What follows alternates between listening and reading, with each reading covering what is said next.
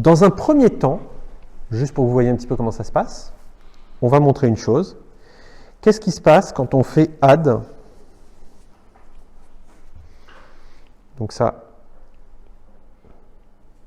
de 0 avec 1. Le résultat, c'est censé donner combien? 1, on est d'accord. Donc le add de 0 avec 1, ça se passe comment? Ben, vous prenez l'expression de l'addition qui vous est donnée dans le TD6, hein, c'est bien sûr. Donc vous prenez l'expression de votre addition, Donc c'est lambda m, lambda n, lambda f, lambda x. Allez, c'est parti. Lambda m, lambda n, lambda f, lambda x. Voilà. Vous avez m, f, n, f et x. Donc m, f, n, f et x. Ok, donc ça, c'est l'addition. Voilà. Attendez que je retrouve. Hop. C'est bien ça. Comme ça, j'aurai directement les trucs. Ok. Et ça, cette expression, vous lui donnez, c'est bien avec un x à la fin, oui. Vous lui donnez, ici, évidemment, si je fais ça. Ah non. Voilà. Et ça, vous lui donnez 0. Et après, vous lui donnez 1. Ok. Ça va jusque-là? Oui? Non? Pas du tout? C'est bon? Ok. Parfait.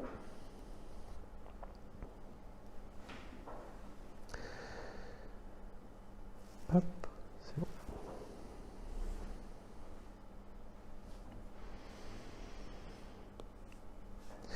Donc 0, c'est combien? En lambda expression 0. Alors 0 en lambda expression, c'est lambda f, lambda x, x. On a 0 fois la fonction f, hein, vous voyez, c'est ici qu'on a exprimé les entiers. D'accord? Donc ça, hop, attendez, je vais agrandir un tout petit peu ma... Ah mais attendez, je vous ai mis la mauvaise fenêtre aussi, c'est pour ça que... Hop, il faut que je remette cette fenêtre-là. Voilà, c'est mieux. Donc 0, hein, c'est lambda f, lambda x, x. Vous êtes d'accord avec ça? Ok. Donc, je l'écris tel quel. Donc là, j'ai toute mon expression et je vais simplement modifier mon 0. Mon 0 que j'ai mis... Ah oui, je l'avais mis là, je l'avais pas... Oh, c'est pas grave. Ah si, je vais le laisser tel quel. Comme ça, vous allez voir un petit peu comment on va attaquer le problème. Je vais laisser mon 0 tel quel et mon 1 tel quel, puisqu'ils sont... c'est toute une lambda expression entre parenthèses, donc ils seraient mangés par les lambda. Donc ici, première étape, je ne transforme pas mes 0 et mes 1, je ne les transforme pas en lambda expression tout de suite, je vais directement les donner à manger à des lambda. Donc ici, quel serait le premier lambda qui mangerait? M. Alors ici, d'abord, il faut bien regarder le M, tout ça, la parenthèse qui est là. La parenthèse qui est là, elle donne, elle va jusque là. Donc ça veut dire que le lambda M, qu'est-ce qu'il mange? Quel est le premier élément qu'il a à manger? C'est 0, tout à fait. Donc ça veut dire que dans mon expression, partout où j'ai M, je remplace ça par 0, tout à fait. Donc ça devient lambda N, lambda F, lambda X. Donc là, mon M, je le remplace par 0.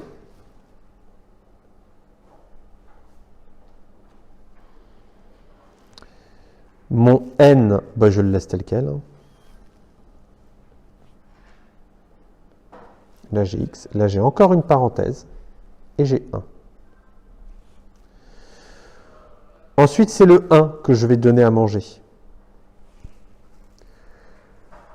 Le 1, il va être mangé par qui? Par le N. Donc, ça devient lambda F, lambda X, point. Et là, j'ai 0. F, 1, F et X. Ça va? Et maintenant, ce que je vais faire, c'est que je vais remplacer 0 et 1 par leur lambda expression. Okay, j'ai évité de les mettre tout de suite leur lambda expression pour éviter d'avoir une expression trop grande. On aurait pu mettre directement leur lambda expression et après montrer que la lambda expression se faisait manger par le lambda x et remplacer tel et tel terme, etc. Mais ici, l'objectif, c'est d'essayer de garder une écriture compacte le plus longtemps possible et faire les lambda, vraiment les bêta réductions des entiers au dernier moment. Donc là, le 0 et le 1, je ne les ai pas tout de suite transformés en lambda expression, je les ai donnés à manger, et maintenant je vais les transformer en lambda expression. Ça me permet d'économiser, je dirais, de la place, et donc de la fatigue. Donc ici, 0, ça devient quoi?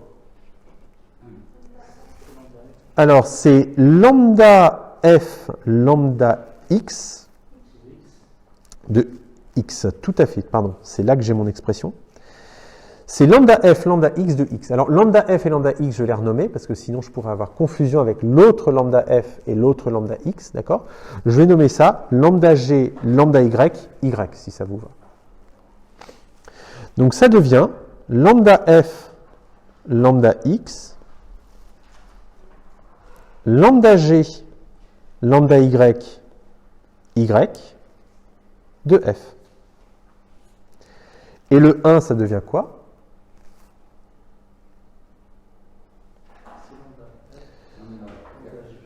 Donc, je vais mettre lambda h et lambda z, ok, pour le 1, pardon, vous avez dit? Tout à fait, de h entre parenthèses et z. Je referme la parenthèse, je lui donne son f, je referme la parenthèse, et ici on a le x. Oui? On a lambda f, lambda x, non? On a lambda f, lambda x, où ça? Comment vous avez fait pour trouver le 0 et 1? Le 0 et 1, ils sont donnés ici, c'est lambda f, lambda x, x pour 0, et pour 1, c'est lambda f, lambda x, fx. D'accord? Mais j'ai renommé les f et les x parce que c'est des variables muettes, et je veux éviter qu'on les confonde avec ceux-là, qui sont à gauche. C'est pour ça que j'ai renommé directement. Alors ici, quel est le premier à manger? Le H, il va être remplacé par F, je suis tout à fait d'accord. Et aussi, on peut le faire en parallèle, hein, mais bon, normalement on ne le fait pas en parallèle, mais on est d'accord qu'ici, vous avez cette expression qui va manger le F, et vous avez aussi cette expression qui va manger le F. D'accord? Donc tout ça, ça devient lambda F, lambda X, entre parenthèses, donc ici dans cette expression, je remplace toute occurrence de G par F, donc ça devient quoi mon expression? Ça devient lambda Y, Y, sans les parenthèses, oui. Et ici, lambda Z, FZ,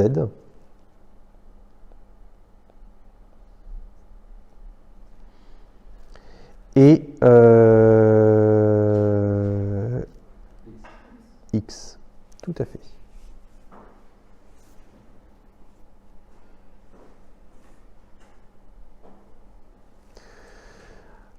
Alors ensuite, quel est le prochain à manger? Le lambda Z. Et qu'est-ce qui mange le lambda Z? X, tout à fait. Donc lambda F, lambda X. Là, j'ai toujours mon lambda Y, Y. Et ici, ça devient quoi? F, X.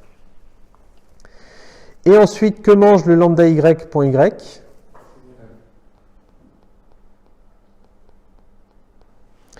Il mange F, ça devient donc, il mange F entre parenthèses, donc je récupère F entre parenthèses, Fx. Et ça, c'est égal à quoi? C'est 1.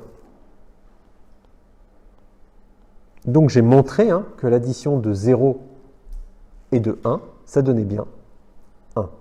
Oui?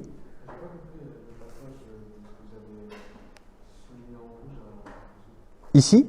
D'accord. Ce que j'ai souligné en rouge, le passage en dessous, j'ai fait les deux bêta réductions en parallèle. Normalement, il faut les faire les unes après les autres, mais je voulais juste... On peut les faire en parallèle, là, parce que c'est deux parenthèses différentes. Donc, j'ai cette expression-là. Hop, plutôt comme ça. J'ai cette expression. Le lambda g va manger le f. D'accord? Donc, dans l'expression, partout où j'ai du f, partout où j'ai du g, ça se transforme en f. J'ai aucun g, donc le f, en fait, il disparaît. Et ça devient lambda y. Et dans cette expression, le lambda h, partout où j'ai du h, le lambda h va manger le f. Donc partout où j'ai du h, je vais le transformer en f. Ça devient fz. D'accord? J'ai fait les bêta réductions en parallèle. J'aurais pas dû. J'aurais dû faire d'abord celle de droite, ensuite celle de gauche, faire les choses bien comme il faut. Mais en fait, on peut des fois les faire en parallèle, certaines bêta réductions. Donc 0 plus 1, ça vaut 1. Oui? Sur la formule m entre parenthèses n, on pouvait remplacer directement n et m ou Dans quelle formule, pardon? addition de m ou n. Oui? On pouvait remplacer directement n et m. Oui, bah c'est ce qu'on va faire. Moi, en fait, je vais faire l'addition de a et de b, pas de m et de n, parce que m et n, ça peut porter confusion, comme on me l'a fait remarquer. Ça peut porter confusion avec ce m et ce n qui sont déjà dans l'expression de l'addition. Alors, c'est pas la même chose.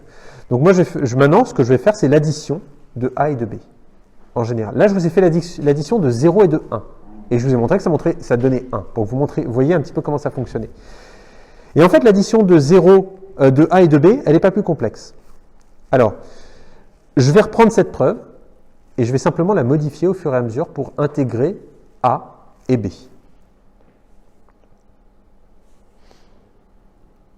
Hop, donc ici, je vais enlever mes petites annotations. Hop.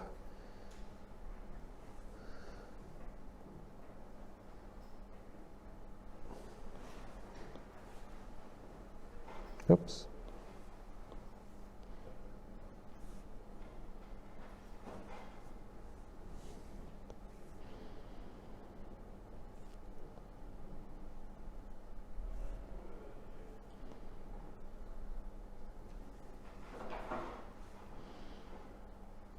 Voilà. Voilà. Donc j'ai ma preuve. Donc là, c'est plus l'addition de 0 et de 1 qui m'intéresse, c'est l'addition de A et de B qui m'intéresse. Donc, là où j'avais 0, je vais mettre A, et là où j'avais 1, je vais mettre B. Pour vous montrer qu'en fait, la preuve reprend la même structure. Hein. Elle ne va pas être plus compliquée que l'addition de 0 et de 1. Donc, comme vous étiez plutôt d'accord avec l'addition de 0 et de 1, vous devriez être plutôt d'accord avec l'addition de A et de B. Donc, ce qui fait que dans la deuxième ligne de la preuve, là j'ai 0, là j'ai 1, ben là maintenant j'ai A, et là j'ai B. Je vous laisse un peu de temps parce qu'effectivement c'est un peu injuste, vous êtes obligé de recopier.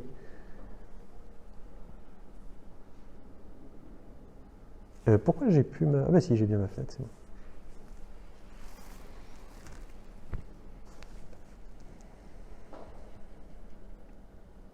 Non.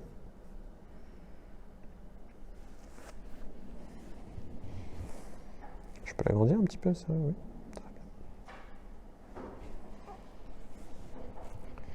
Donc, ce qui fait que dans la troisième ligne de la preuve, j'ai plus 0, j'ai plus 1, mais j'ai A et j'ai B. Vous voyez que A et B, tous les deux, sont capturés, je dirais, enfin, oui, sont capturés par la même chose, c'est-à-dire que A, on lui donne F, et B, on lui donne F aussi. C'est un petit peu normal, puisqu'il faut que, comme l'addition, en vrai, elle est commutative, ben, il faut que si ce que je fais subir à A, je le fasse aussi subir à B, comme ça, que si j'inverse la position de mes opérandes, c'est-à-dire que je fais B plus A, il faut qu'ils subissent le même traitement que si j'avais A et B. Donc si j'avais A qui était pris par F et puis B qui était pris par un autre truc genre G, là j'aurais un petit souci dans mon addition parce qu'elle ne serait peut-être pas forcément commutative. Mais là en tout cas l'expression, elle est plutôt rassurante parce que A et B subissent le même traitement. Donc ça veut dire que si j'inverse A et B de position, ça ne changera pas grand-chose dans mon résultat normalement. Bon, alors là où ça va changer un petit peu, c'est maintenant quand je vais convertir l'expression. Donc, ici pour A, c'est plus lambda G, lambda Y, ça devient quoi? Lambda G, lambda Y quoi? Lambda G, lambda Y de... Alors, c'est pas F, justement, parce que j'ai renommé en G, donc c'est G qu'on a A fois Y. Et pour lui, ce sera, pour B, c'est lambda H, lambda Z de H de B, Z. Voilà. Donc ça veut dire H, H, H, H, etc.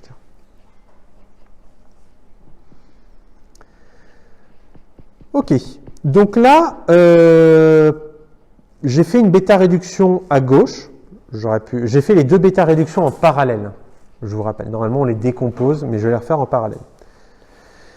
Donc qu'est-ce que me donne ma première bêta réduction? Ici. Le fait que tout ça, que je vous souligne en rouge, en bleu, pardon, tout ça, ça va manger. Qu'est-ce qui mange quoi ici? Le G, il mange quoi? F. Donc dans mon expression, partout où j'ai G, je vais avoir maintenant F.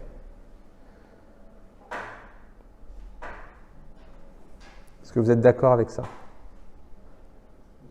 Oui? Comment il? Eh bien, le G puissance A, il vient de l'expression de A. A, maintenant, je le transforme en son expression en tant qu'entier.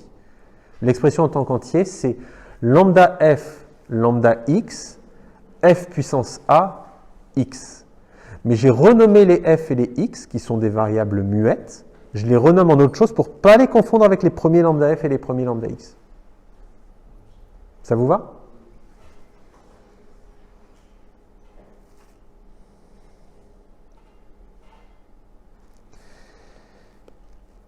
Et ici, ma deuxième bêta réduction que je fais en rouge, là,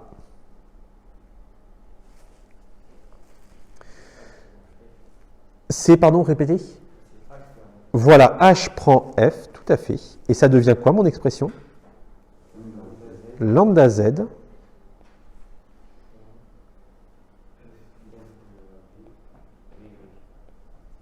et Z. Exactement, Z. Voilà. Bon. Quel est le prochain qui va manger maintenant? Alors là, j'ai re. Donc là, je peux effacer, je pense, puisque maintenant, ça commence à différer, mais on n'est pas loin de l'arrivée. Donc là, j'ai toujours mon lambda Y, FAY. Et là, par contre, il y a quelqu'un qui mange. Ça devient quoi, donc? X. Là, on commence à retrouver la structure de B, qui réapparaît. Donc là, ce F de B, il faut comprendre que c'est F, B fois de X. Je l'ai B fois. Et le premier F, il va être mangé par quoi? Par le Y. Le lambda Y, il va manger. Et ça devient lambda F, lambda X. Ici, je vais avoir quoi? F à la puissance A. Ensuite, le Y, il est remplacé par quoi? Par le premier F. Les autres F restent tels quels. Donc, je vais avoir B-1F et j'ai X. Et au final, j'ai combien de F? Ben voilà. Ça me donne lambda F, lambda X, F A plus B, X. Et ça, c'est quoi? C'est A plus B. Et donc, on a bien le fait que si on définit les entiers de cette façon et l'opérateur plus de cette façon, c'est cohérent. C'est-à-dire que quand on donne A à notre opérateur plus et B à notre opérateur plus, on obtient bien l'entier A plus B. D'accord? Donc ça, c'est l'exercice 9. Il faudrait montrer aussi la multiplication et montrer l'exponentiation. Bon courage. Je pense que l'addition, déjà, ça vous permet de voir un petit peu ce que ça donne. La multiplication n'est pas tellement plus complexe. L'exponentielle, c'est plus complexe. Donc là, voilà. Alors par contre, maintenant, on va passer au TD7. Donc je vous laisse, si vous n'avez pas le temps de recopier la toute dernière partie de la démonstration. Maintenant, l'exercice 7, ça va être le typage. Et le typage, c'est une autre paire de manches. Pardon, le TD7. Le typage.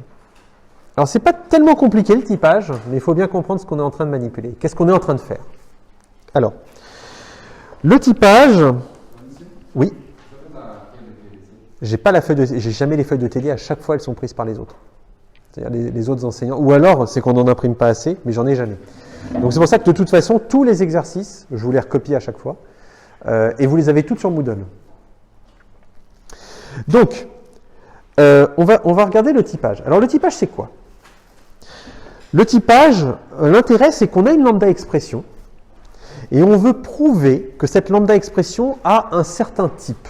Alors les types, c'est de dire par exemple, ben voilà, cette lambda expression, c'est un entier. Je veux prouver par exemple que cette lambda expression est un entier. Alors, par exemple, on voudrait prouver par exemple que add, ben tiens, on va reprendre plutôt celle-ci, voilà. Vous voulez prouver que add de A et B, voilà, cette lambda expression, celle-ci, add de AB est de type entier. C'est-à-dire vous montrez que l'addition, quand vous lui donnez un entier et un autre entier, ce que vous obtenez en sortie, c'est aussi un entier. Et ça, quelle que soit la valeur de A et de B. Voilà le genre de preuve sur les typages que vous pouvez faire. Le but, c'est donc de montrer que votre lambda expression, qui représente finalement une fonction, elle vous produit bien un certain type de données. Ok, donc là, pour le moment, vous n'allez pas aller très très loin là-dedans, vous allez juste être capable de montrer qu'une lambda expression a un certain type. Mais les types, ce n'est pas les types que vous avez l'habitude. C'est-à-dire, évidemment, ça ne va pas être dire que ben ça c'est un entier, donc j'en ai dit que c'est un entier. Non, vous allez définir les entiers, ça va être assez complexe aussi, parce que les entiers, ça ne va pas être défini non plus comme des types très simples, hein, ça va être un peu plus compliqué. Alors, comment ça marche, les preuves sur les types? Les preuves sur les types, c'est dans votre cours. Hein.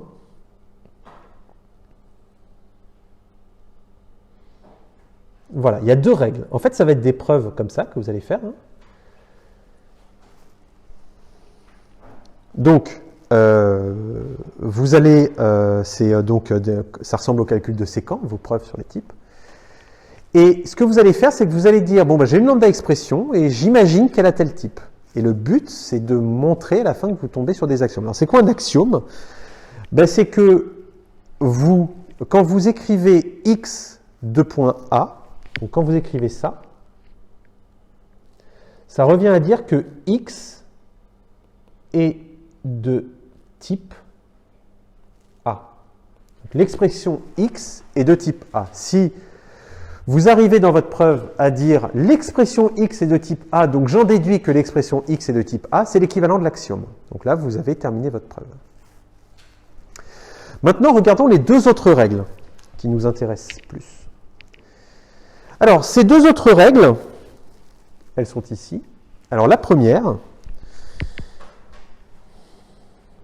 ou la seconde? La première. La première. Alors, si donc vous avez des règles à gauche, ça vous en fichez, mais vous dites, bon, ben, j'ai mon expression, ma lambda expression, c'est lambda x.t, c'est-à-dire quelque chose qui, à tout x, associe l'expression t. Si on imagine que à tout x, j'associe l'expression t, et que ça, c'est de type A vers B, c'est-à-dire A flèche B, ça veut dire, ça prend A en entrée, et produit B en sortie.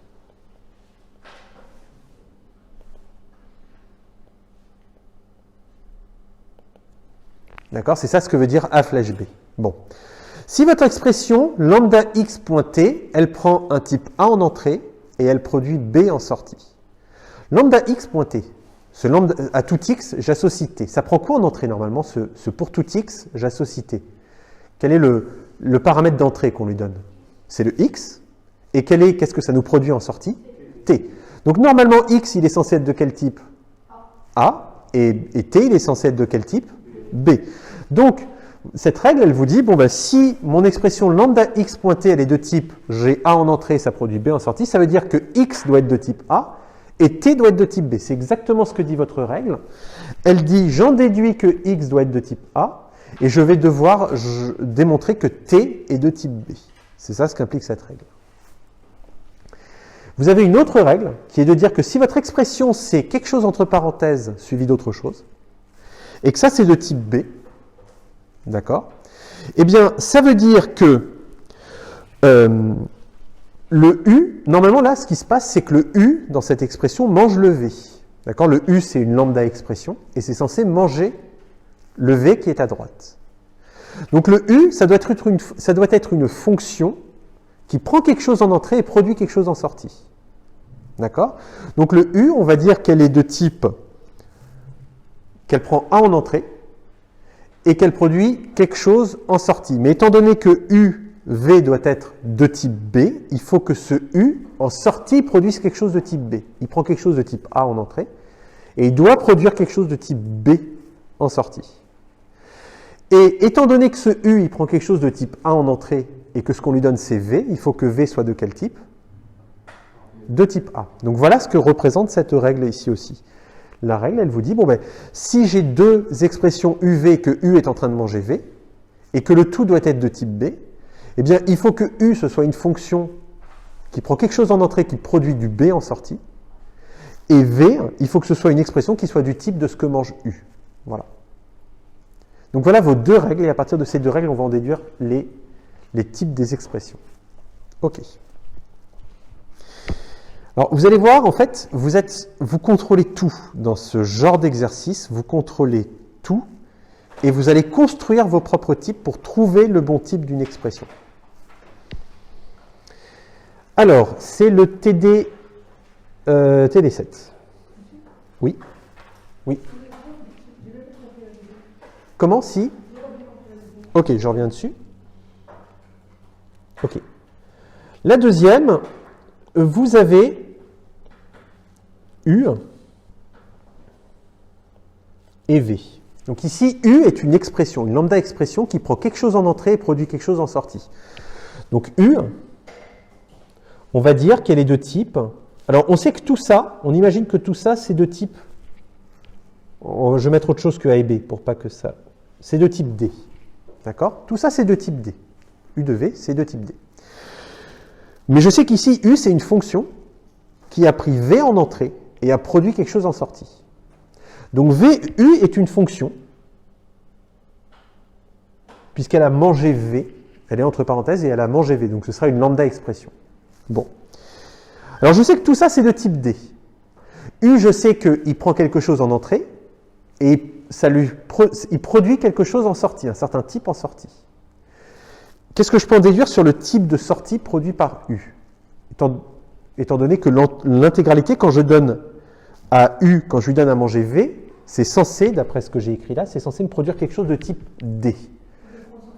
J'en déduis que U, il produit en sortie D. Donc ici, j'ai déjà un D pour U. Mais maintenant, je ne sais pas ce qu'il prend en entrée. Et je m'en fiche d'ailleurs, je vais le nommer n'importe comment. Je vais le nommer C. Mais si je dis que U, il prend quelque chose en entrée C, on s'en fiche, et qui produit du D, ça veut dire que V, il est de quel type? Eh bien voilà. Et c'est ça la règle. C'est de dire que si je suppose, enfin si j'ai le fait que U de V est de type D, alors ça veut dire que U est de type C, une fonction qui prend du C et produit du D, et V de type C. C'est ça que j'en déduis.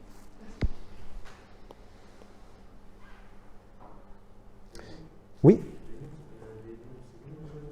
Oui, tout à fait. C'est vous qui allez choisir les lettres. Et en fait, vous allez voir qu'à la fin, en fait, la lettre n'a pas d'importance. Ce qui a de l'importance, c'est les parenthèses et les flèches. Vous allez voir ça. C'est parti pour le TD7. OK. Alors on va prendre le deuxième, parce que le premier il est un peu trop simple et ça ne va pas vraiment vous aider à comprendre, donc on va prendre le deuxième. Donc vous avez lambda x, x, lambda y, y. Alors attendez, je ressors mes petits papiers, qui sont là.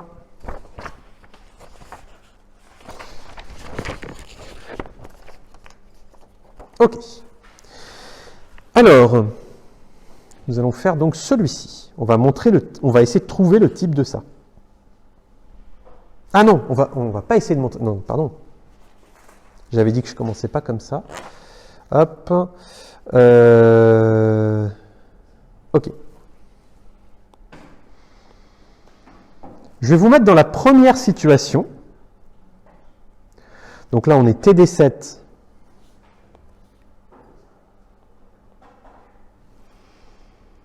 Ou non, TD7, EXO 2. EXO 1. Et c'est le petit 2. Donc, ben non, c'est pas ça.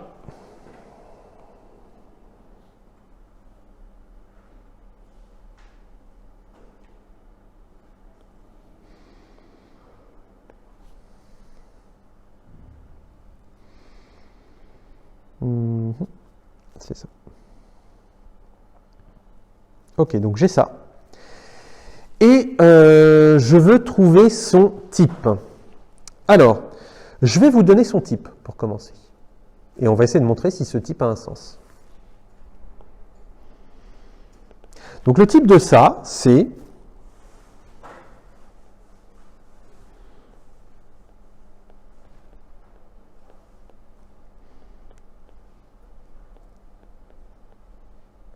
voilà.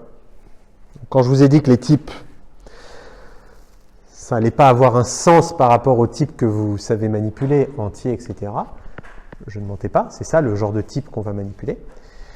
Et en fait, la question c'est que vous pouvez vous poser, mais d'où ça sort ce type-là? Comment il l'a trouvé? Donc ça, on va voir comment je l'ai trouvé. Mais d'abord, je vous le donne, et on va essayer de prouver que ce type a du sens, c'est-à-dire qu'il est cohérent avec le reste, qu'il nous amène des choses cohérentes. Alors, on commence par poser notre expression, lambda x point x, lambda y point y. Donc c'est ça, le début de ma preuve. Deux points. A, flèche A, encore une parenthèse, flèche B, flèche B. Donc, quelle est la première règle que j'applique à ma preuve? Donc, vous avez votre expression, vous avez le type. J'ai trois règles en tout. Hein. J'ai la règle de l'axiome, la règle du lambda et la règle du produit, si on veut. Donc, quelle règle je vais utiliser ici? On va dire que ça, c'est la règle 1. Ça, c'est la règle 2. Ah oui, elles ont déjà des noms, excusez-moi. Le arrobase, etc. C'est pour ça que vous me disiez la règle flèche, c'est ça? Ok, ça marche. C'est la règle flèche, on est d'accord. Donc, si j'applique la règle flèche, j'en déduis quoi? La règle flèche, elle me dit quoi? Elle me dit que dans ce cas-là, x doit être de quel type? Le truc que j'ai à gauche de ma flèche, et t à droite doit être de quel type? Ce que j'ai à droite de ma flèche. Donc, x doit être de quel type? Voilà. Donc, x doit être de type A flèche A flèche B. Et je dois en déduire que x lambda y doit être de type quoi? B. Ok. Ça, c'est la première étape de ma preuve. Oui?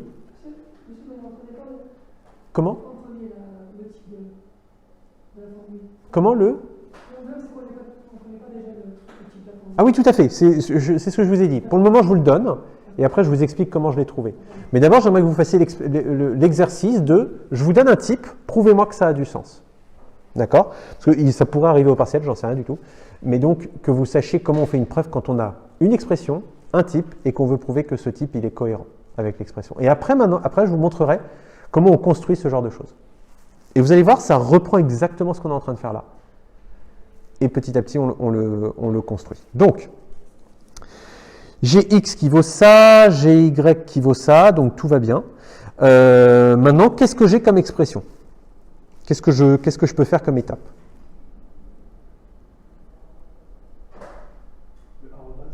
Voilà, c'est le arrobas, puisque d'un côté j'ai le x entre parenthèses, et de l'autre côté j'ai le lambda y, y.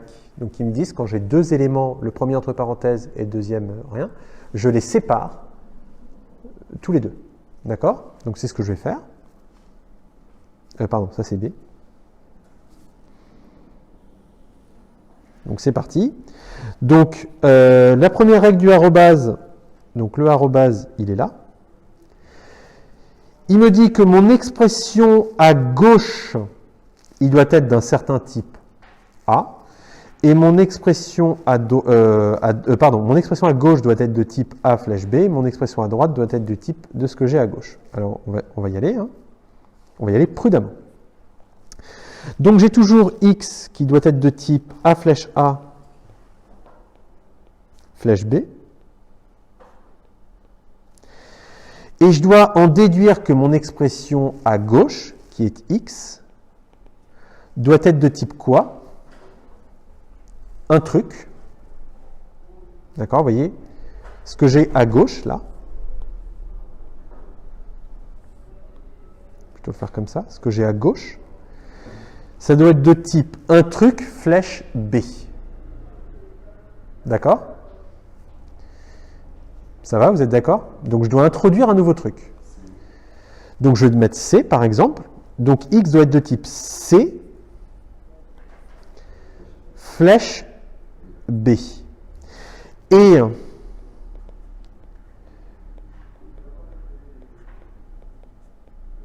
le y, lui, doit être de quel type? D'après ma règle, il doit être du type C, le truc que j'ai introduit. Donc le y doit être de type C. Pardon, pas le y, le lambda y.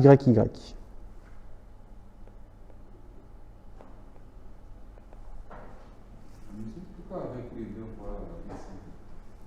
Pourquoi? Comment? Pardon, répétez? Pourquoi vous avez écrit x à droite? X de A vers B.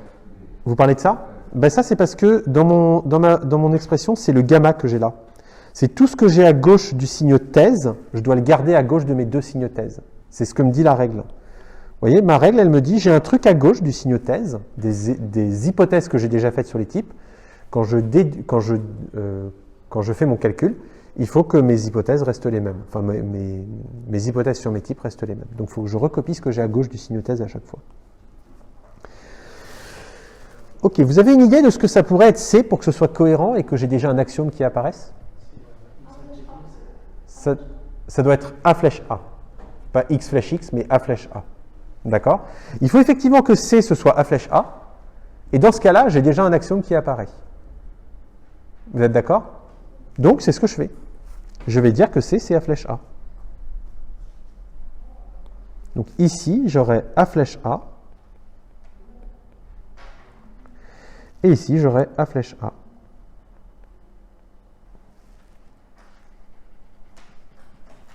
D'accord? Donc, ce qui fait qu'ici, j'ai un axiome. Et je peux m'arrêter sur la partie gauche. Puisque je dis x est de type A flèche B, et j'en déduis que x doit être de type A flèche B. Ça va? Maintenant, ce que j'ai à droite, j'ai lambda y qui est de type A flèche A. J'en déduis quoi?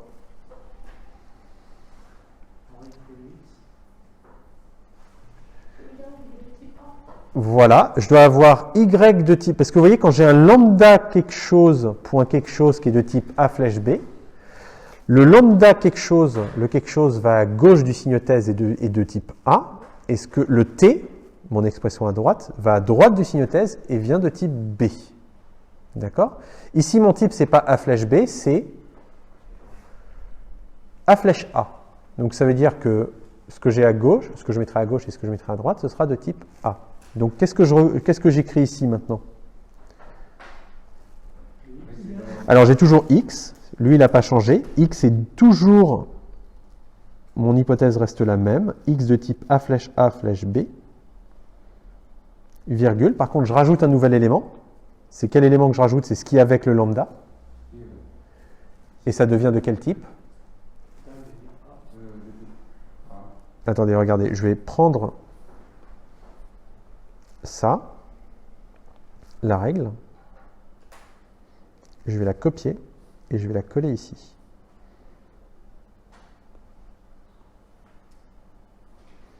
Donc ici, j'ai lambda y de type A flèche A.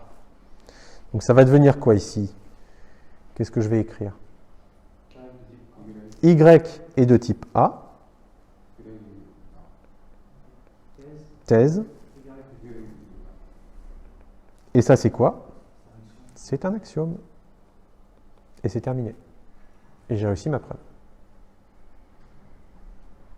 D'accord?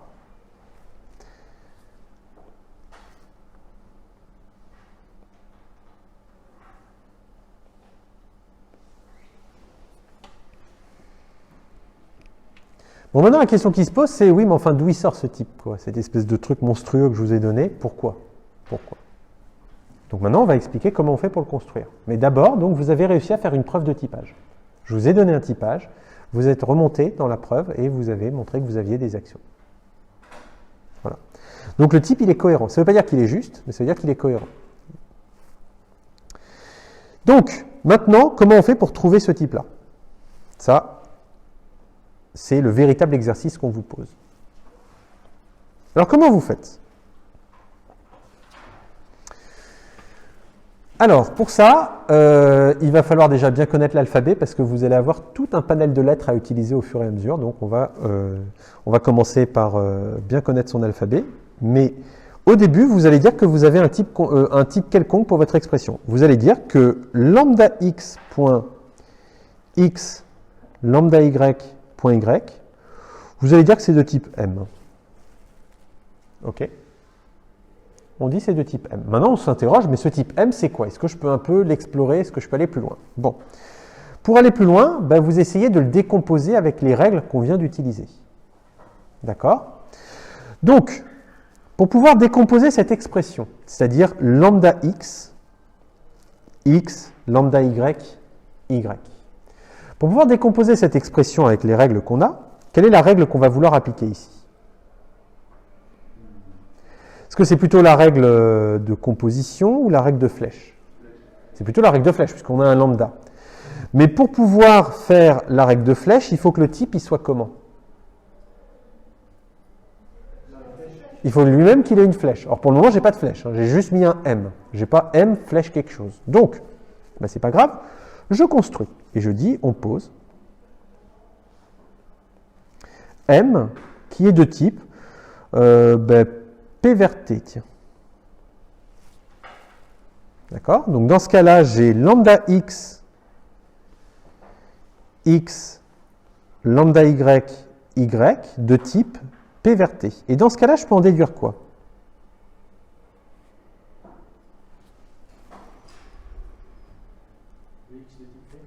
On en déduit que x est de type P, tout à fait.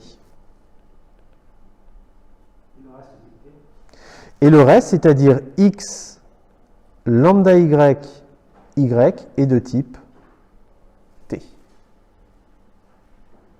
D'accord? Ça, c'est la première étape. Très bien. Alors, maintenant, je vais m'intéresser à décomposer, continuer à décomposer mon expression. Donc maintenant, ça c'est la première étape. Petit 1, première étape. Deuxième étape. Maintenant, on part de l'expression, on part de ça.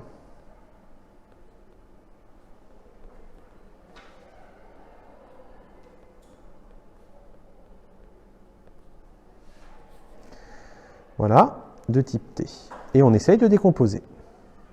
Enfin, on essaye d'appliquer une nouvelle règle.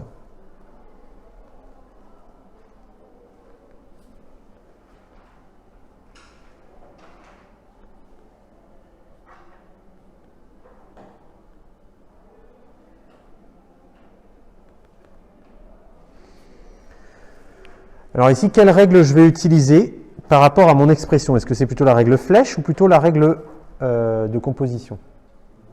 C'est plutôt la règle de composition. J'ai plus de lambda là dans mon expression.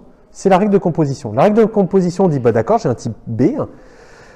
Si j'ai un type B, ça veut dire que ce que j'avais, le U là, c'est un type quelque chose qui donne B. Et le V, c'est le type quelque chose.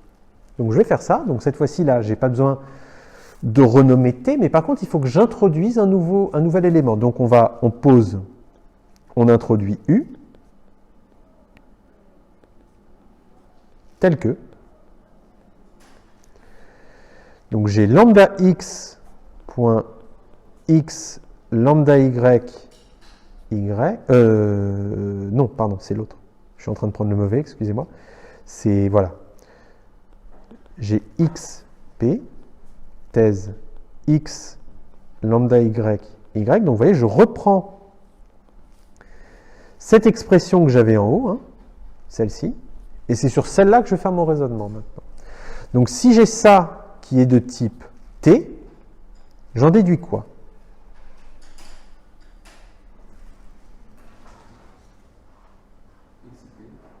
J'en déduis que, donc, j'ai toujours x qui est de type p, et j'en déduis quoi d'autre? Si je regarde ma règle. Que x est de type t, non, x va pas être de type t. X va être de type quelque chose implique t. X, il est là, c'est lui, et il va devenir de type quelque chose implique le t. Donc, pardon, j'aurais pas dû faire ça, c'est pas grave, je fais mon signe. Ah, c'est pas vrai. Voilà. Donc, il devient de type. X devient quelque chose, donc le U que j'ai introduit implique T. OK? Et qu'est-ce que j'en déduis d'autre?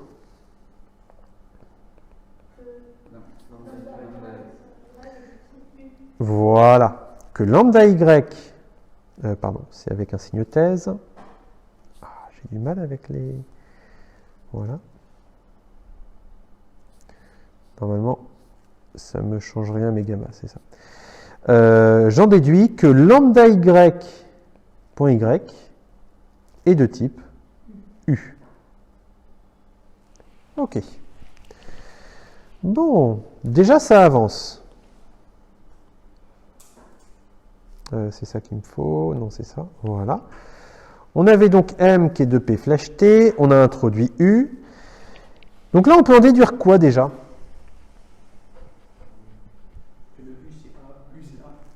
Que quoi que... Non, on ne va pas commencer avec A et B, mais regardez un petit peu ce que vous avez à gauche là. Que quoi que...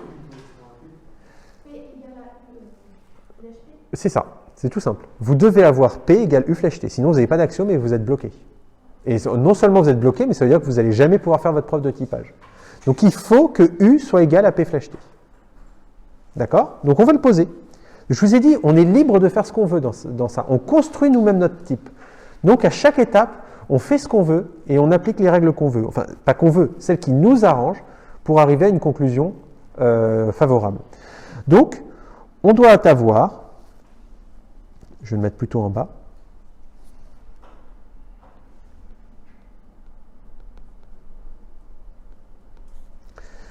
P égale U flèche T.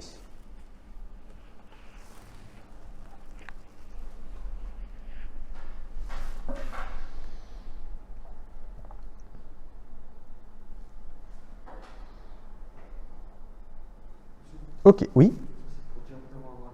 Tout à fait. Mais c'est même pas pour directement avoir l'axiome. Si jamais U n'est pas égal, si P n'est pas égal à U flèche T, on a ici cette expression qui rend notre recherche de typage invalide. C'est-à-dire qu'on ne peut pas typer cette expression. Ça voudrait dire ça. Ça voudrait dire que c'est intypable. Et il y a des expressions qui ne sont pas typables. Mais là, comme on vous demande de la typer, c'est qu'elle doit être typable. Donc, vous devez avoir P égale U flèche T. Oui.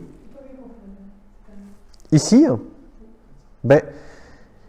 Ici, à gauche, je dis que x est de type P, et à droite, je dis que x est de type U flèche T. Ben, il faut que P soit égal à U flèche T, parce que sinon, si ce que je suppose à gauche n'est pas la même chose que ce que je conclus à droite, j'ai une impossibilité. Donc il faut P égale U flèche T. Parce que c'est toujours x que j'ai des deux côtés du signothèse. Ok, donc maintenant, la partie gauche, là, celle-ci, cette partie gauche, là, elle est gérée, on peut la laisser tomber. C'est la partie droite qui va nous intéresser maintenant. Donc ici, je vais surligner P égale U flèche T, pour ne pas l'oublier.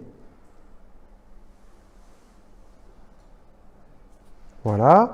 J'ai M égale P flèche T. Ici, ça devrait être un signe égal. Pas un signe de point. Oh, si, ça peut être bon. Donc, je vais m'intéresser à ce que j'ai à droite. Donc, je vais m'intéresser à ça.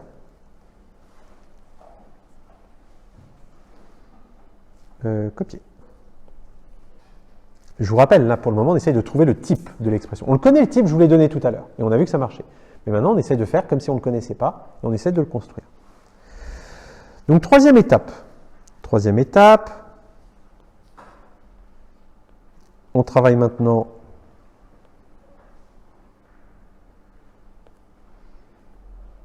sur x de point P, thèse lambda, pas delta, lambda y point y de point U. Qu'est-ce qu'on va devoir faire à cette expression? C'est quelle règle que je vais appliquer là? C'est la règle flèche. Et la règle flèche, il lui faut quoi? Droite, comme type. Voilà, il lui faut un type composé. Là, j'ai juste U, ce qui me pose problème. Donc, qu'est-ce que je vais faire? Voilà, on pose U égale quelque chose, flèche quelque chose. Alors, il me reste T, je ne l'ai pas utilisé, flèche S. Je ne l'ai pas utilisé non plus. D'accord? Vous voyez, on pose plein de types différents. C'est pour ça que je vous ai dit, on va faire pas mal de lettres de l'alphabet, parce qu'à chaque fois, on va introduire des types différents. Donc ici, ça devient T flèche S.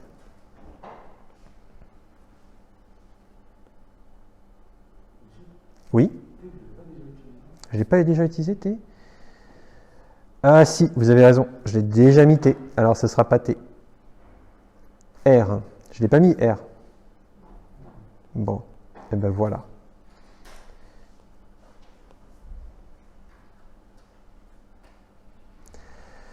Donc, je vous conseille sur votre copie, à chaque fois que vous posez un nouveau truc, vous le soulignez, vous l'encadrez. En tout cas, ça vous permettra à l'issue de l'exercice de revenir dessus et de voir tout de suite toutes les égalités que vous avez posées au fil de la démonstration pour retrouver votre type final. Donc maintenant, si j'ai ça, comment ça se décompose? Si lambda y est de type prend R en entrée et donne S en sortie. Donc j'en déduis que j'ai x de point P. J'en déduis quoi aussi? Y est de type R et Y doit être de type S. Exactement. Donc on va en déduire quoi pour avoir un axiome? Voilà. On conclut, on en déduit que R égale S. Et là, on a toutes nos égalités. Et c'est le moment où on s'amuse. On revient sur le type de départ. Ça, c'est la dernière étape. On avait au départ, on avait M, le type de notre expression, et on a dit que M, c'était P flèche T.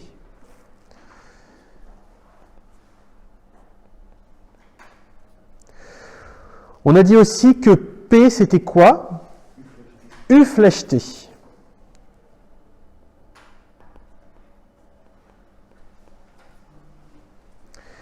Et on a dit que U, c'était quoi?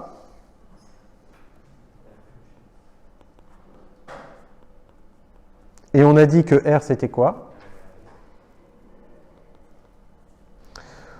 On en déduit donc que U, qui est égal à R flèche S, c'est égal à R flèche R. On en déduit donc que P, qui est U flèche T, c'est R flèche R On le met entre parenthèses, on évite de mettre des flèches comme ça d'affilée. Flèche T. Et on a déduit donc que M qui était P flèche T, c'est R flèche T, encore parenthèse, flèche T. Et là, mes variables R et T, là, mes expressions, elles sont complètement muettes, hein, je peux les remplacer. Par exemple, je peux remplacer R par A et T par B. Vous êtes d'accord? Pas de problème, mon choix de lettres n'a aucune importance. Donc, on aurait M, le type de mon expression, qui serait A flèche A, flèche B, flèche B. Et ça, c'est le type que je vous ai donné au départ et qui fonctionnait. Et c'est comme ça que je l'ai trouvé. C'est comme ça que vous faites du typage. Si on vous donne le type, vous faites le calcul de séquent, vous remontez, comme on a fait au tout départ, et vous essayez de montrer que vous arrivez sur des axiomes. Si on ne vous donne pas le type, il faut faire ce genre d'exercice pour trouver vous-même le type. D'accord? Alors, ça c'est sympa. Pourquoi c'est sympa? Parce qu'en fait, les types, on vous donne certains types. En tout cas, on vous donne le type des entiers, si je ne me trompe pas. Alors déjà, voilà. Ça, le type A flèche A flèche A, alors souvent on le représente aussi par des étoiles. Quelque chose flèche lui-même, comme ça. Ça, c'est le type des booléens. Voilà, donc les booléens, ils ont un certain type. Donc si vous voulez prouver que votre expression prend en entrée un booléen et donne en sortie un booléen, vous faites ce genre de calcul. Vous montrez que votre expression est de type A flèche A, et vous allez montrer que votre énorme expression, quand vous faites son calcul de typage, vous tombez bien sur A flèche A. Voilà. Vous pouvez faire des preuves de type. Vous avez aussi normalement un type qui vous a été donné pour les entiers.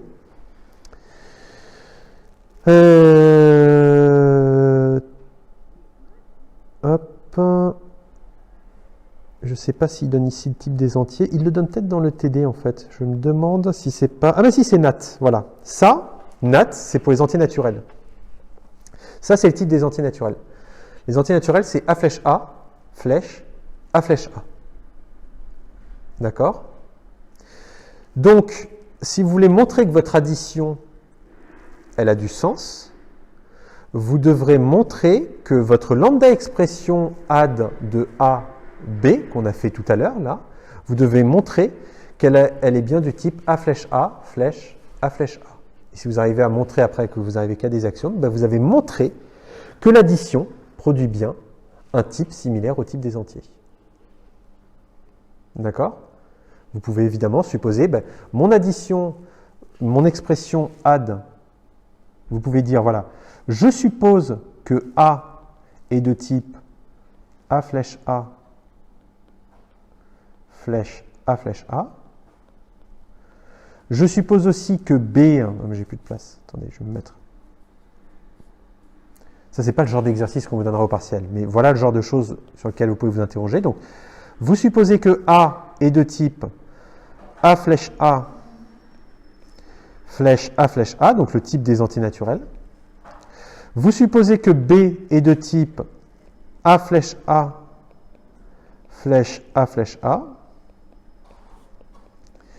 Et vous devez démontrer que add de A, B doit être de quel type?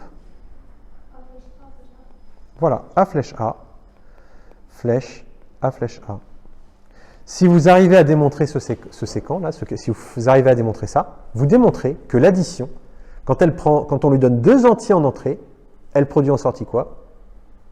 Un entier. Voilà, vous avez fait une preuve sur l'expression de l'addition. D'accord? Ça va? Alors, on va faire un autre calcul de typage, puisqu'on est plutôt là pour ça. Donc là, ici, c'est ça, l'exercice, ici, quand vous avez une étoile, c'est qu'en fait, le A, il a pas d'importance. On peut le remplacer par n'importe quel symbole. Et là, on veut que vous prouviez que 0 est de type A flèche A, flèche A flèche A. Et on veut que vous prouviez aussi que 1 est de type A flèche A flèche A flèche A. Alors en vérité, ça c'est facile. Vous faites le calcul de séquent et vous montrez que c'est cohérent. Mais en vérité, quand on veut faire le typage, quand vous avez 0 et que vous trouvez le type, vous trouveriez plutôt que 0, il est du type une expression flèche une autre expression. Et après, quand vous faites le 1, vous trouvez que le 1 et le 2 et le 3 et le 4, vous trouvez qu'ils sont du type A flèche A flèche A flèche A. Donc vous trouvez pour le 1, le 2, le 3, le même type d'expression. A flèche A flèche A flèche A. Mais pour le 0, vous avez un truc flèche un truc. Et c'est pour ça que pour le 0, vous dites, ben en fait le A, je vais le redécomposer, je vais dire que c'est A flèche A. Comme ça devient A flèche A flèche A flèche A. Puisque ce qu'on veut pour les antinaturels, c'est que tous les antinaturels aient le même type. Donc si on a un type particulier pour 0 et un autre type pour 1, 2, 3, 4, c'est un peu bizarre. Donc c'est pour ça que 0, quand on fait son typage, on ne trouve pas directement A flèche A flèche A flèche A, mais on trouve par exemple X flèche X. Et pour les autres, on trouve A flèche A flèche A flèche A. Donc c'est pour ça que pour le 0, le X, on va le poser comme A flèche A. Et comme ça, on trouve que 0, il a un type compatible avec aussi, enfin un type similaire à tous les autres entiers. Voilà la démarche pour trouver le type de 0 et de 1. Mais bon. On va pas trop, on va plutôt attaquer l'exercice 3, enfin l'exercice 1-3 pour le typage, histoire de vous entraîner à faire du typage. Mais que vous compreniez l'exercice 3, qu'est-ce qu'il essaye de vous faire faire? L'exercice 3, il dit, voilà le type des antinaturels, prouvez que ce type il est compatible pour 0, donc vous prenez l'expression de 0, vous montrez que ça marche, comme on avait fait au tout début. Pareil pour 1, et pareil pour n. Vous montrez que pour n, ce type est aussi compatible. Et maintenant qu'on a ça, vous montrez que is0 est de type un entier naturel prend un booléen qui donne un booléen, etc., etc. Vous allez commencer à faire du typage d'expressions plus complexes. Oui? Comment je peux? Dernier exercice qu'on a fait, oui, celui-ci. Donc là, ce qu'on va faire, c'est la question 3 de l'exercice 1. Toujours le typage. Hop, j'attends juste. Et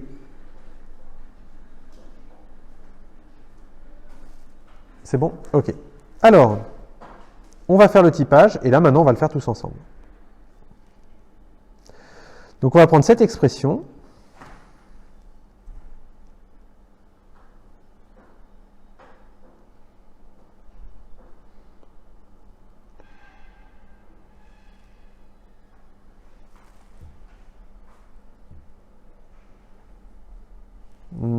Je regarde juste un truc. Où est-ce que c'était défini? Dans le TD6.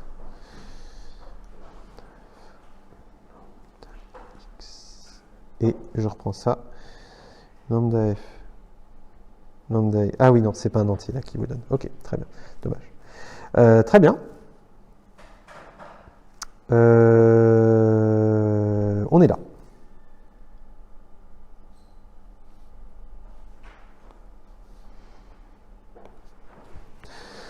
Donc lambda y, lambda x, x, x, y, on veut trouver un type cohérent pour cette expression.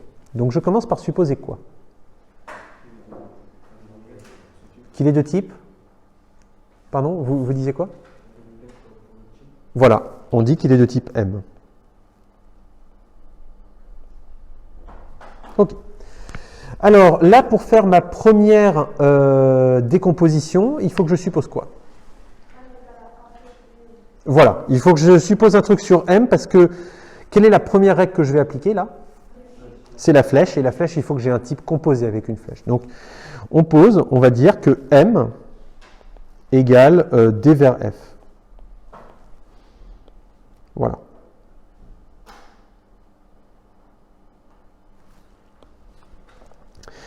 Donc, si j'ai lambda Y, lambda X, X, X, Y, qui est de type D vers F,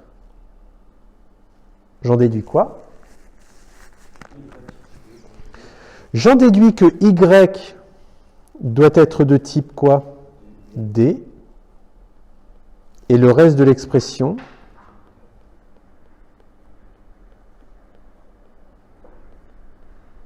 très bien. Donc ça, c'est la première étape. Deuxième étape, je me retrouve donc avec cette expression.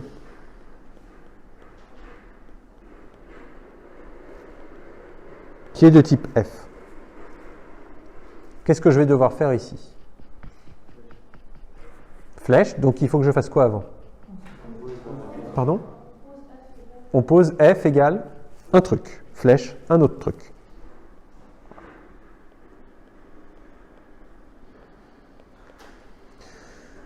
E vers H, tiens.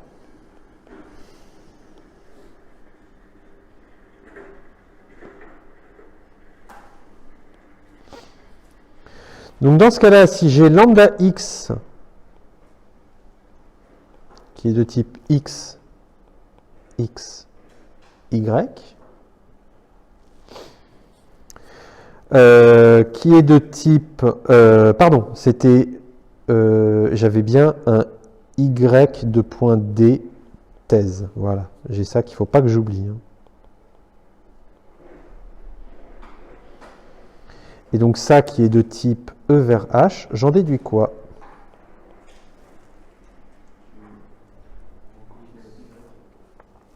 Donc on a toujours Y. X doit être de type E. Et le reste de l'expression, le X, X, Y, doit être de type H. Tout à fait.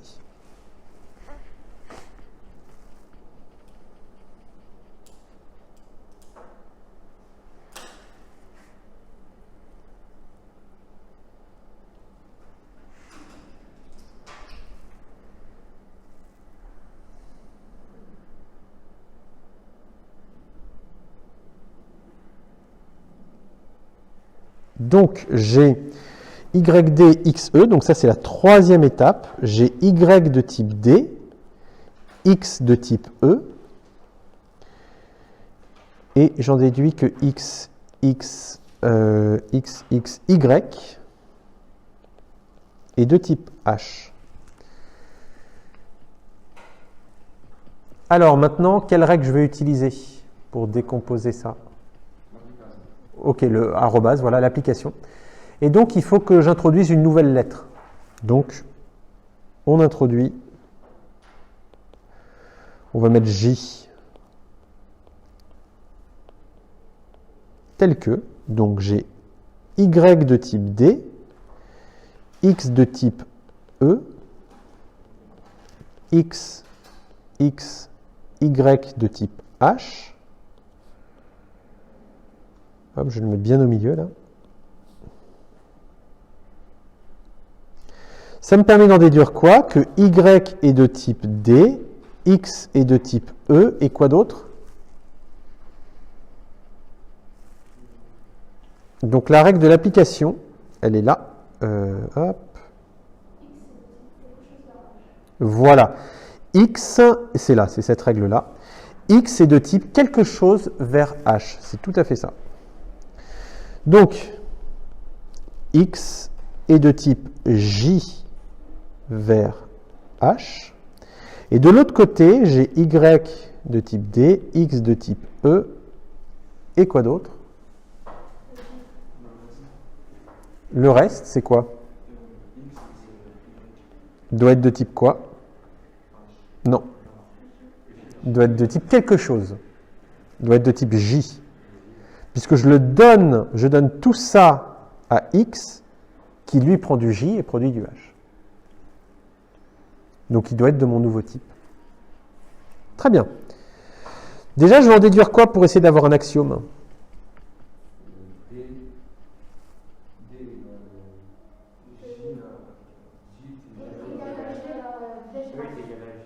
Okay, répétez quoi?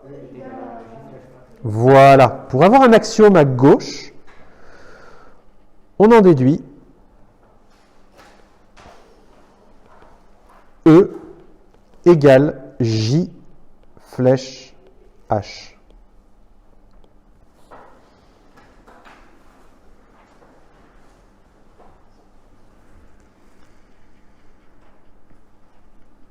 Ça va? Ça, si j'ai pas E égale J flèche H, je vais avoir un énorme problème, hein, parce que j'aurai un type que je suppose à gauche et un type complètement différent pour la même chose à droite.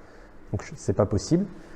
Là, il faut que X que je suppose comme E à gauche de mon signe et X que je suppose comme J flèche H à droite, ben, il faut que ce soit cohérent. Donc, il faut E égale J flèche H. Oui?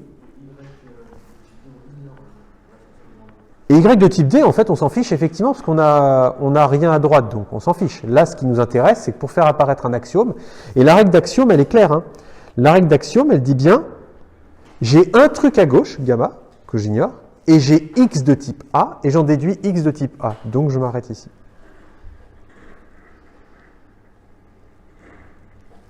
Donc, j'ai ça. Bon, alors maintenant, on va travailler sur quelle expression? Quelle est l'expression maintenant qu'on va décomposer? C'est celle de droite. Celle de gauche, c'est bon. On a dit qu'on a mis une égalité qui permet de la poser comme un axiome. Donc, c'est celle de droite. Donc, c'est Y de type D, X de type E,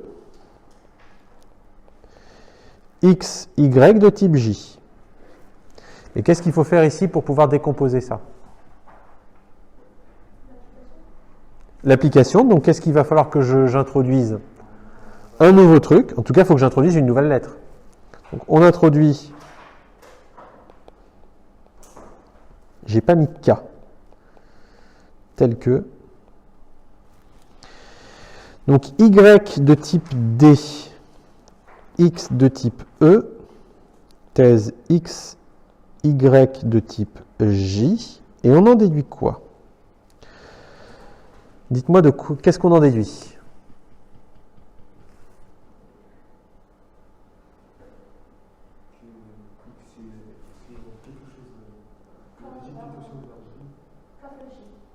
Alors d'abord j'ai YDXE et j'en déduis que X est de quel type? Voilà, quelque chose vers J, donc le K que j'ai introduit vers J. Et toujours Y de type D et X de type E, et j'en déduis que quoi? Y de type? Non, K. Justement le type que j'ai introduit.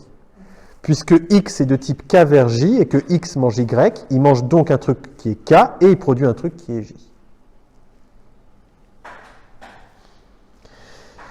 Et là, normalement, j'en déduis quoi? On déduit que E doit être égal à K vers J.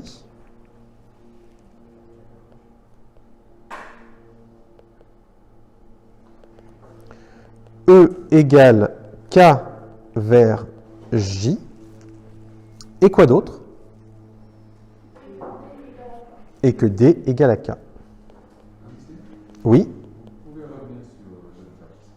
Sur quoi? Sur? Oui.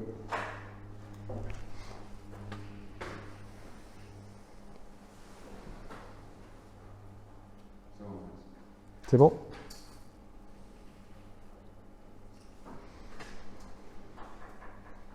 Donc, on en déduit que E est de type... on en déduit ça. K vers J, D vers K. Et maintenant, on a tous les types. Donc, on va les récapituler. On a donc E qui doit être égal à K vers J. On a aussi E qui doit être égal à J vers H. On a D qui doit être égal à K. On a F, E vers H.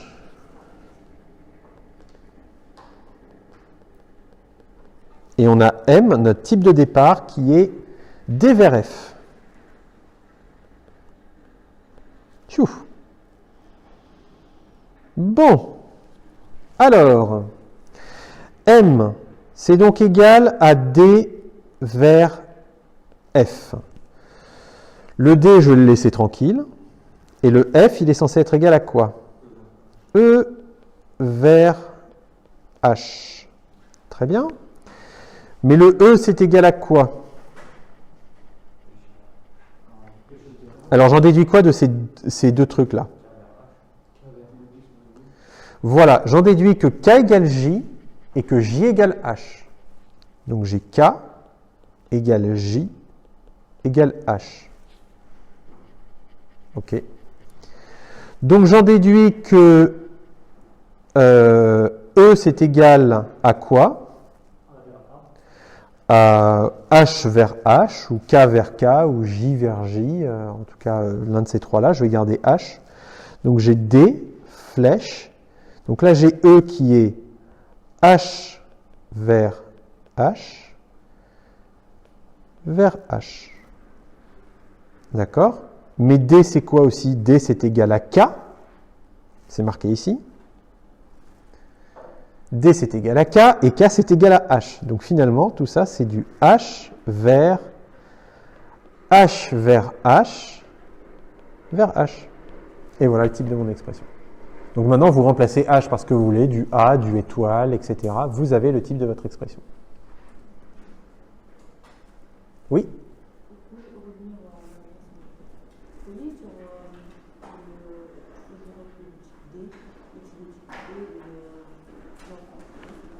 Attendez, répétez un peu plus fort. En bas, oui. Oui, Y de type D.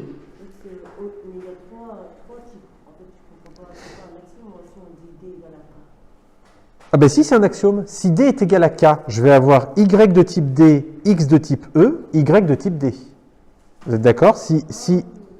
Et mon axiome, c'est que ce que j'ai à droite, c'est un sous-ensemble de ce que je propose déjà à gauche.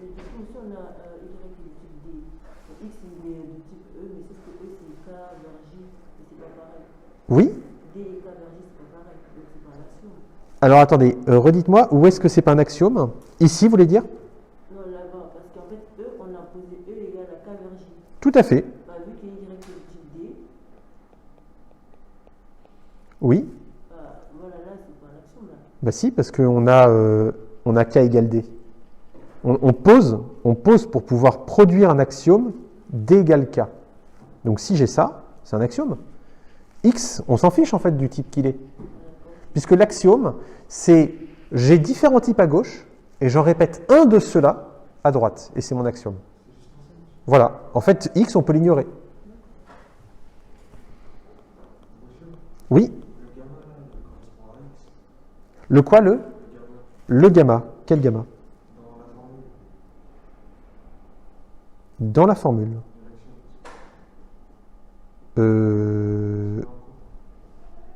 J'ai pas très bien compris votre... Oui, tout à fait. Oui, pardon. Oui, excusez-moi. Vous voulez dire ce gamma-là. Tout à fait. Il correspond à x, x de point... ici, c'est quoi? Il correspond à x de point E. Tout à fait, c'est ça. C'est un truc à gauche. C'est pour ça qu'on l'appelle gamma avec un G, parce que c'est un truc à gauche. Et quand c'est à droite de votre signe delta, de votre signe test, pardon, on met un delta, un D pour droite. C'est pour ça que vous avez gamma toujours à gauche du signe et delta à droite du signe dans vos calculs de séquence. Oui?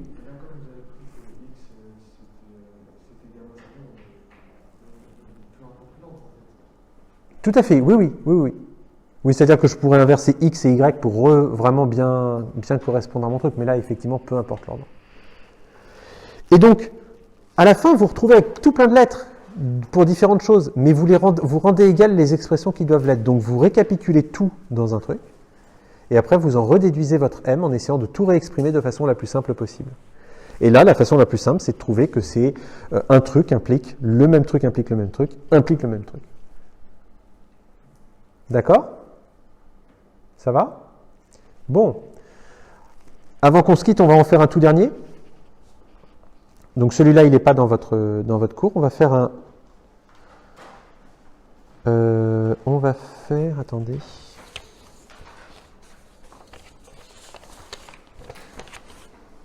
Oui?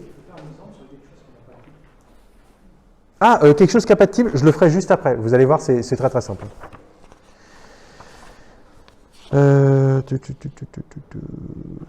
Bon, c'est celui-là que je veux. Ah. Oui, ça y est.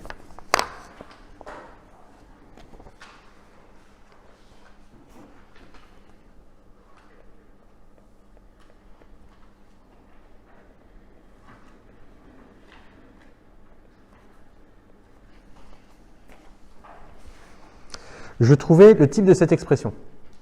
D'accord?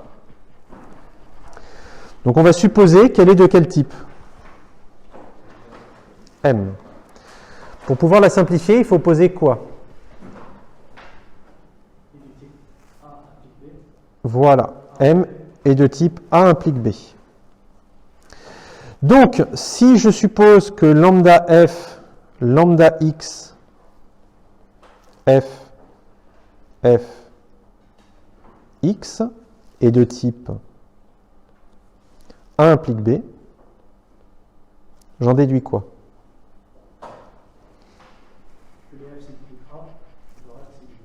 Que F est de type A et que tout le reste de mon expression, lambda x.f x est de type B. Première étape.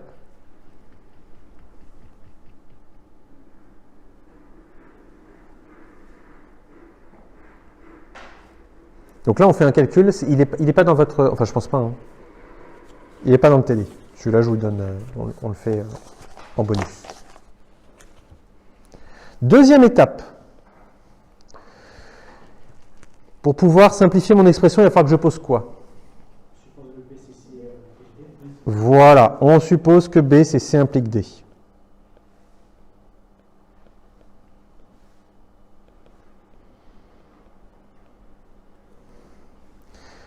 Donc j'ai F de type A, j'ai lambda X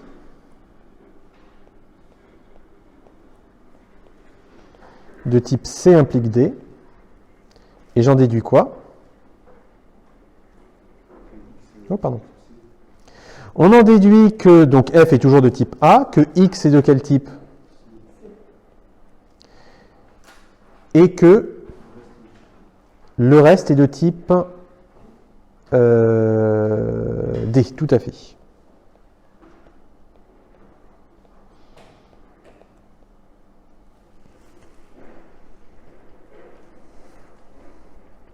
Très bien, donc là j'ai posé un nouveau truc.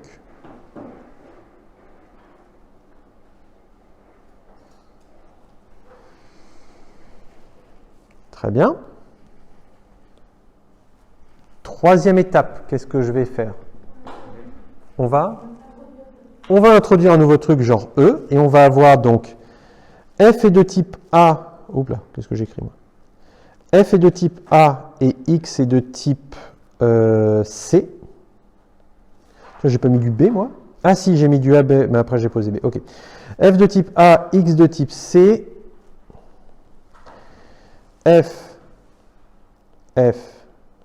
X de type, on a dit D. Et donc, j'en déduis quoi? Si j'introduis, donc ça c'est la troisième étape, j'introduis un nouveau type E. Donc j'en déduis que F est de type A, X est de type C, et quoi?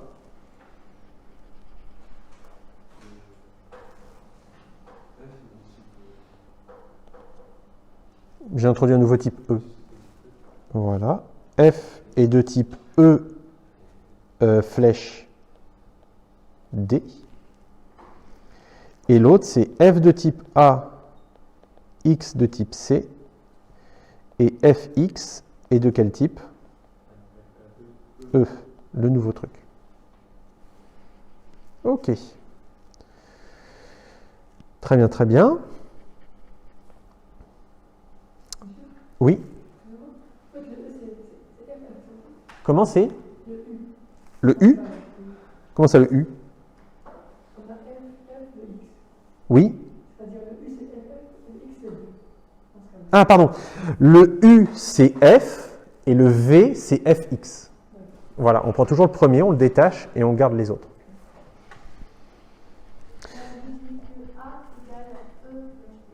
On en déduit que A égale E flèche D, tout à fait.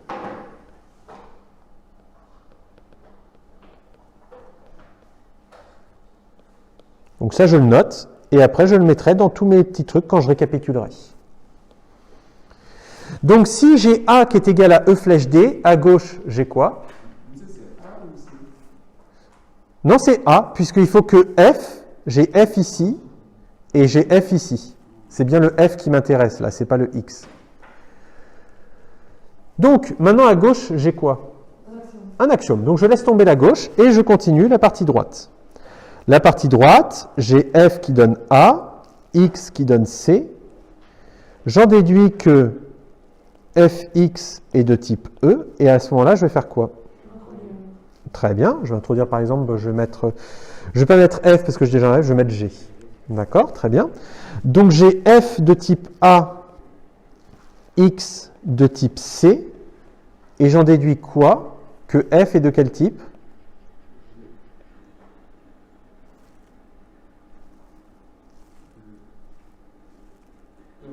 G flèche E, tout à fait.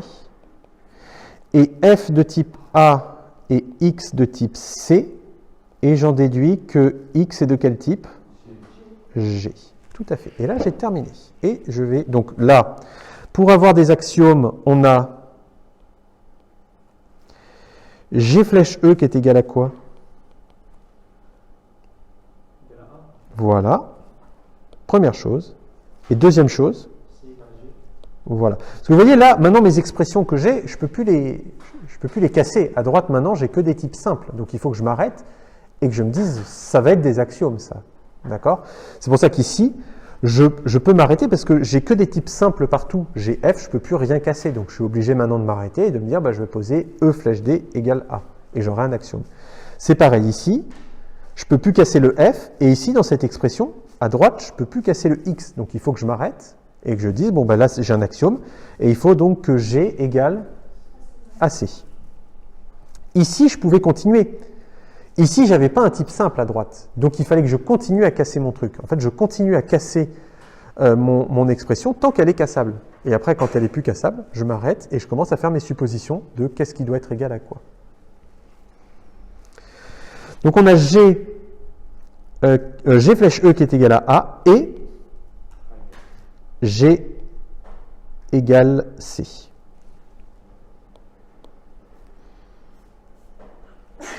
Je récapitule donc tout sur la dernière étape, l'étape 5. J'ai donc M qui est égal le type de mon expression, qui est A flèche B. J'ai B qui est C flèche D.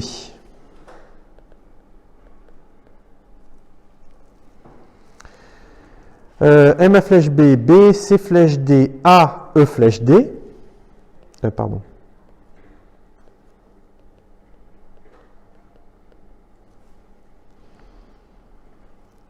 A qui est aussi G flèche E.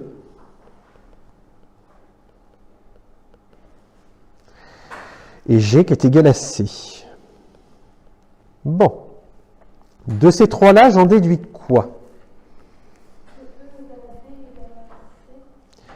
E égale D égale G qui est égal à C. Voilà, tout ça, c'est égal.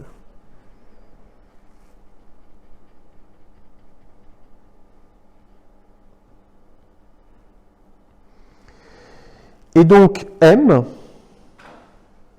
qui est égal à A flèche B, c'est égal à quoi? Donc A, il s'exprime comment? E flèche D. Mais E, c'est égal à D. Donc on va mettre E flèche E.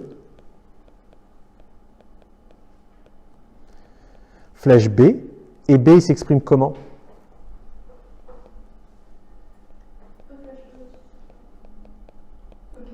Exactement. Et donc si je remplace les E par des A, ça devient...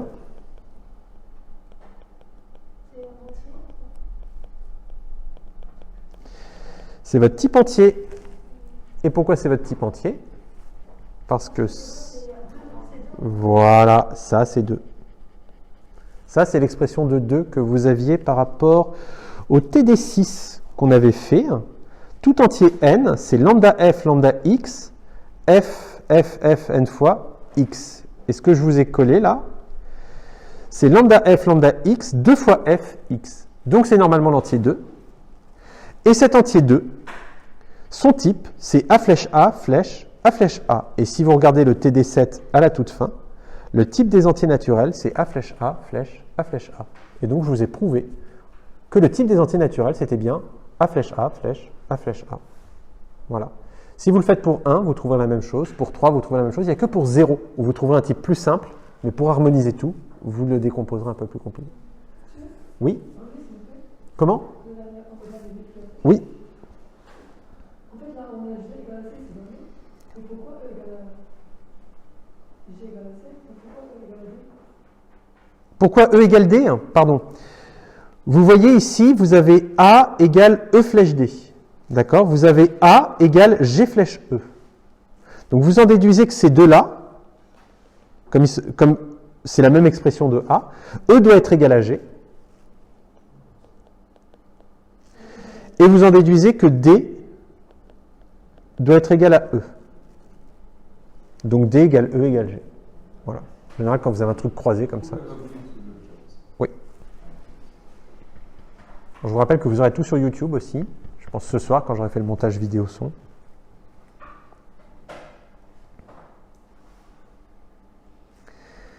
Et voilà. Donc là, vous avez bien 2 qui vaut un entier. Enfin, qui est de type entier. Voilà comment on trouve ces types-là. Alors, je fais un tout dernier truc qui sera très rapide, parce qu'on me l'a demandé. Montrer que les termes suivants ne sont pas typables. Je vais faire juste le premier. Je vais vous montrer que lambda x, xx, c'est pas typable. Vous allez voir, hein, c'est immédiat.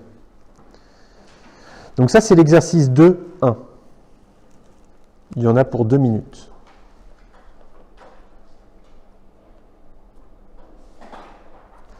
On va essayer de lui poser un type. Lambda x, x, x. On va dire qu'il est de type M. D'accord? Mais donc, pour le casser, lui, il va falloir poser M égale quoi? Voilà. On pose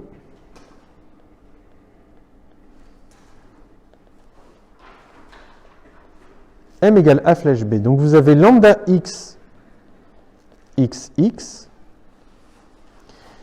qui est de type A flèche B. Vous en déduisez quoi? X est de type A.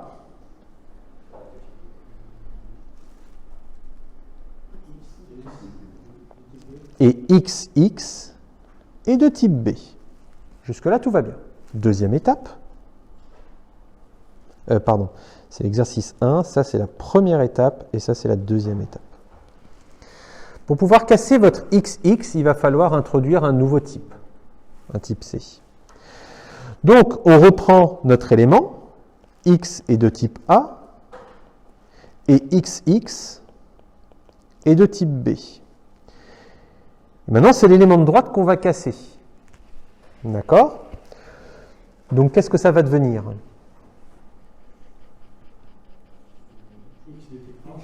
Donc, X de type A, et j'en déduis que C implique B, tout à fait. Et X de type A, j'en déduis que X de type C, tout à fait. Donc, j'en déduis quoi? J'en déduis que A égale C.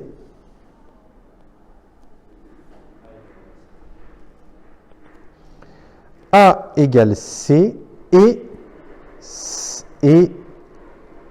A égale C implique B. Et là, on a terminé, donc on récapitule. Petit 3, donc on a A égale C et A égale C implique B pour pouvoir avoir des axiomes, puisque nos expressions, là, on ne peut plus les casser maintenant. On n'a que des éléments simples sur la droite du signothèse. Donc il faut, pour avoir des axiomes, A égale, pour ici, A égale C, comme ça j'ai un axiome, et ici, A égale C implique B. Oui?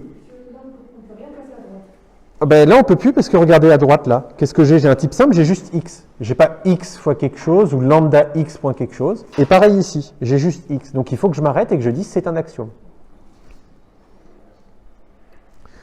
Donc j'ai A qui est égal à C, A égale C implique B. Donc j'en déduis que C doit être égal à C implique B. Et là, ce n'est pas possible. C ne peut pas être égal à C implique B. C pourrait être égal à D implique B, mais pas lui-même implique B. Donc là, j'ai une impossibilité. Ça, c'est impossible.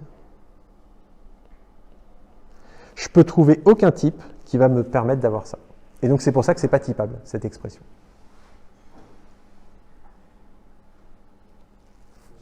Oui. C'est à la fin. À la fin, j'ai déduit que A valait C et que A valait aussi C implique B. Donc j'ai A qui vaut C et A qui vaut C implique B. Donc normalement, ces deux-là sont égaux. Je devrais avoir ça normalement. C égale C implique B. Mais ça, c'est pas possible. C'était ça votre question? Voilà. Donc là, comme ils sont tous les deux égaux à la même chose, ils doivent être égaux entre eux. Mais C ne peut pas être égal à C implique B. Parce qu'il y a C deux fois qui apparaît. Il y aurait C égale E implique B, ça c'est possible. Mais C égale C implique B, je ne peux pas trouver un type C satisfaisant tel qu'il est égal à lui-même implique B. C'est pas possible.